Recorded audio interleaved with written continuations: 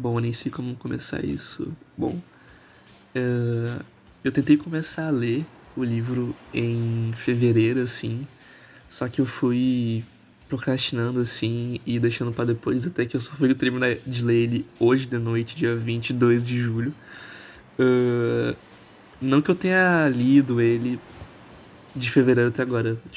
Tipo, eu comecei, depois parei, depois comecei de novo, depois parei. Até que uma hora eu só, tipo, fui pegando o ritmo assim e fui. Mas enfim, eu vou falar um pouco sobre o que eu achei disso tudo. E puta que pariu, mano, que tenebroso, cara, vai tomar no cu. Mano, então, o livro começa com o Sonhador, que é um mano de, tipo, 29 anos, eu acho, 29, 26, não lembro. Mas enfim, ele é um cara muito solitário e eu já fui vendo assim na escrita o quanto o Dostoevsky ele consegue tipo passar bem as emoções pela lírica. Ele fala tipo que o cara ele é amigo das casas, ele ele fica triste quando uma casa dali perto da vizinhança dele vai ser pintada. Ele é uma pessoa muito solitária que não tem amigos e não sai de casa, assim. Tem um filme sobre o livro, e no filme dá pra ver que o sonhador ele mora num cafofo, assim, todo fodido, assim, que ele fica fumando um. Como é que é o nome daquilo? Fica fumando um cachimbo o dia inteiro, assim, e o cara é. Assim, né? Vive uma vida miserável ali. E ele. Acontece isso com ele por causa que ele relembra dos encontros que ele teve com a Nastinka, que é o que eu vou falar agora. Numa das noites que ele tava ali, né, perambulando ali pelas noites brancas, uou, ele falando no título do filme, que ele tava lá navegando assim, né, pela cidade assim de noite, porque ele gostava de fazer isso. Ele encontra uma guria chorando, que é a Anastyenka, e ela tava chorando por causa que ela tinha um. Não vou dizer um namorado, ela tinha um homem lá que tinha prometido que ia voltar depois de um ano pra se casar com ela. E aí no livro já tinha se passado um ano e ele ia se casar com ela. Só que ele não voltou, né? Só que ele não voltou. E daí ela tava lá chorando. Daí o sonhador fala, começa a conversar com ela assim.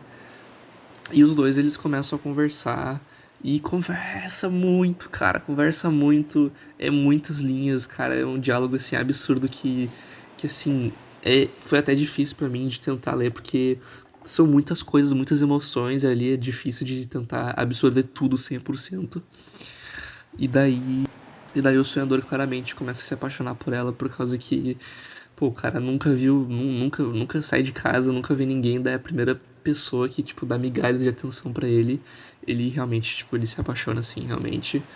Só que, pelo que todo mundo já viu, pelo que todo mundo já leu na internet, pelo que todo mundo fala sobre o livro, é uma história trágica, assim, né? Uma história, tipo, de friendzone, onde a Nastienka, ela realmente não vai se apaixonar realmente por ele. E eu acho que Noites Brancas nunca foi uma história de amor, na verdade. É sempre uma história, tipo, de um. Eu não sei dizer especificamente. É uma espécie, tipo, de atenção que não é amor especificamente. Não é amor verdadeiro. E o protagonista, ele só gosta do que ele sente. A Nastica também só gosta do que ela sente. Entende? Eles não são apaixonados um pelo outro. Mas enfim, eu vou continuar aqui. E daí, mano, a Nastienka, ela daí, eu vou dar uma big resumida, na verdade. A Nastienka pede pro sonhador fazer uma carta pra ela, pra mandar pro cara lá, que ela falou que ia voltar depois de um ano. E daí ele fala, sim, manda a carta e tal. Eles escrevem a carta juntos deles e ele vai lá e manda a carta pra ela. Mas antes disso, ela conta, assim, brevemente a história dela, né, com esse cara, assim, que ele apareceu lá no lugar onde ela e a avó dela moravam, assim. Daí ele levou ela e a avó dela pra irem numa ópera chamada Barbeiro de Sevilha. Daí, tipo, né, ele é esse cara meio que estudioso, assim, de Moscou, que talvez tenha dinheiro, dele pôde levar elas ali pra ópera lá e tal. Mas enfim, mas enfim, depois disso, cara, passou-se um dia assim, acho que um dia ou dois, e o cara ele não respondeu a carta, ele não deu sinal de vida. Então, eles meio que, ele e a Nastchenka, né, o sonhador e a Nastchenka, eles meio que pensam, o cara, né, o cara abandonou a Nastchenka, assim, ele não vai voltar e tal. E nisso, cara, o protagonista, ele acha que é uma boa ideia ele começar a se declarar, assim, pra ela. Ele tá, assim, meio que bem, como eu posso dizer, transbordado de emoções, ele começa a cuspir tudo que ele tá pensando, assim. Ele começa a falar que ela tá torturando ele por tá fazendo todas essas falas, assim, tipo de, você seria, você é como um irmão pra mim, você, quando eu me casar, eu quero que você seja o padrinho, um bagulho assim, tá ligado?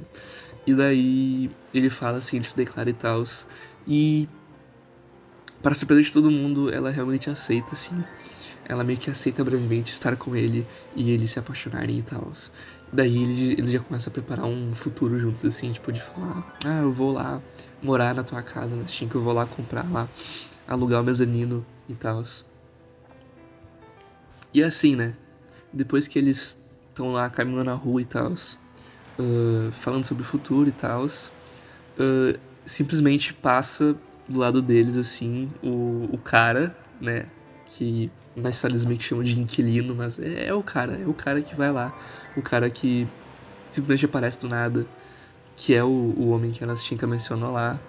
E daí a Nastchenka simplesmente, tipo, só para tudo, vai até ele, assim, e abraça ele, mas antes ela só, tipo, passa pelo sonhador e dá um, sei lá, um beijo, assim, nela. No livro, eles falam que é um beijo, assim, um beijo na boca. Beijo. Só que no filme eles mostram que é um beijo na bochecha, assim.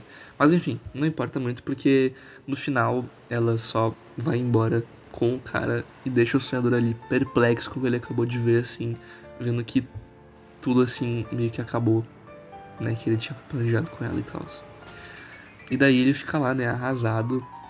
Daí ele volta pra casa e depois, tipo, na manhã seguinte, ele recebe uma carta, assim, dela pedindo desculpas por tudo, sabe? E é isso, acabou. E, cara, eu tenho muitas coisas pra falar, mas eu vou, sei lá, só resumir pra não ficar muito grande o vídeo, mas eu vou falar aqui, basicamente. É muito curioso que o sonhador, ele não ficou, tipo, com uma amargura de raiva, assim, tipo, nossa, que desgraçada, que cara filho da puta e tal. Ele só ficou feliz, né? Ficou feliz por ela estar feliz, porque ele ama ela, né? Ou não ama, não sei. Mas ele ficou feliz por ela. Mas ficou triste também por causa que não foi ele, né, mano? Não foi ele, era outro cara no lugar dele. E. Sei lá, mano, resta pra ele sonhar pelo resto da vida dele. Não sei. Esse livro foi muito forte mesmo. Puta que pariu. Mas enfim, era só isso que eu queria falar mesmo. Eu dou uma nota 4,5 de 5 estrelas. Muito bom esse livro. Ótimo. E é isso. Aí, sabe que música seria bem identificável com o livro Noites Brancas, com as sensações do protagonista, o sonhador, de que ninguém amou ele? Isso mesmo, cara. A última produção, Last Night I Dreamt That Somebody Loved Me, que é a cover do The Smiths aí. Vou deixar o link na descrição aí, ou sei lá, vai aparecer na tela aqui, pra tu ouvir a música aí, bem boa. E recomendo aí, né? E é isso. Beijos.